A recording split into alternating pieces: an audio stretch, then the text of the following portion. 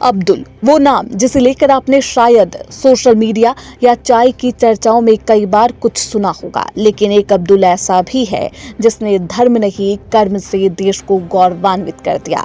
आज हम आपको उससे मिलवाएंगे, केरल के एक ऐसे शिक्षक से जो हर रोज कुछ ऐसा करता है जिसे देखकर लोग खुश हैं और बच्चों का भविष्य संवर रहा है। केरल के मल्लापुरम जिले का एक छोटा सा गांव, सुबह की ठंडी हवा और एक आदमी सिर पर बैग रखे नदी को हर रोज पार करता है। ये है अब्दुल मलिक, एक मुस्लिम गणित शिक्षक जो बीते 20 सालों से हर दिन नदी तैरकर स्कूल पहुंचते हैं।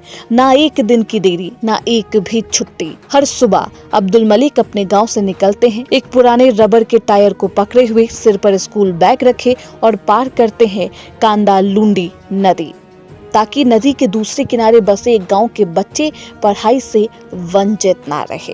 उस गांव में ना कोई डॉक्टर है, ना कोई दूसरा शिक्षक, लेकिन इन बच्चों की आंखों में है बड़े सपने, क्योंकि उनके पास है एक ऐसा टीचर जो उन्हें सिर्फ पढ़ाता नहीं बल्कि संघर्ष और समर्पण का भी पाठ पढ़ाता है। अपने गांव के बारे में पूछने पर अब्दुल मलिक एक निजी इंटरव्यू में बताते हैं, ये एक बेहद छोटा सा गांव है, यहाँ रहने वाले लोग भी साधारण हैं, लेकिन छोटा सा गांव होने के बावजूद ये बहुत ही खास है। बहुत से पढ़े लिखे लोगों का यहाँ होना ही इसकी विशेषता है। एक ग्रामीण इलाका होने के बावजूद यहाँ बहुत से शिक्षक रहते हैं। यहाँ पीढ़ियों से पढ़ने और पढ़ाने की परंपरा रही है। ऐसे में अब्दुल मलिक से एक सवाल किया जाता है कि आखिरकार अब्दुल मलिक टीचर क्यों बनना चाहते थे। ये पूछने पर अब्दुल मलिक जवाब देते हैं, मुझे लगता है कि एक शिक्षक बनने से हमें एक अच्छे नागरिक बनने में मदद मिलती है। मैं बचपन से ही शिक्षक बनना चाहता था।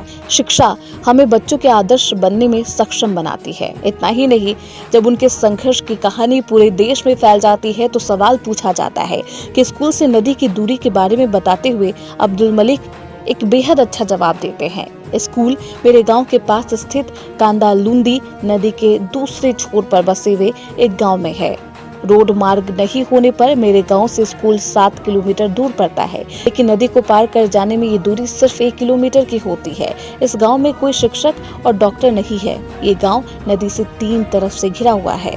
तो 20 साल पहले काम शुरू करते वक्त अब्दुल मलिक स्कूल कैसे जाते थे, इस पर भी सवाल किया जाता है, जिस पर वो जवाब देते हैं कि रास्ते में कोई भी पुल नहीं है। बस से स्कूल तक जो 7 किलोमीटर के रास्ते के दौरान सिर्फ एक पुल है, जो कि अभी हाल में बना है। जब मैं पहली बार स्कूल पढ़ाने गया था तो मैं बस लेकर जाता था और 12 किलोमीटर के बाद एक पुल पड़ता था।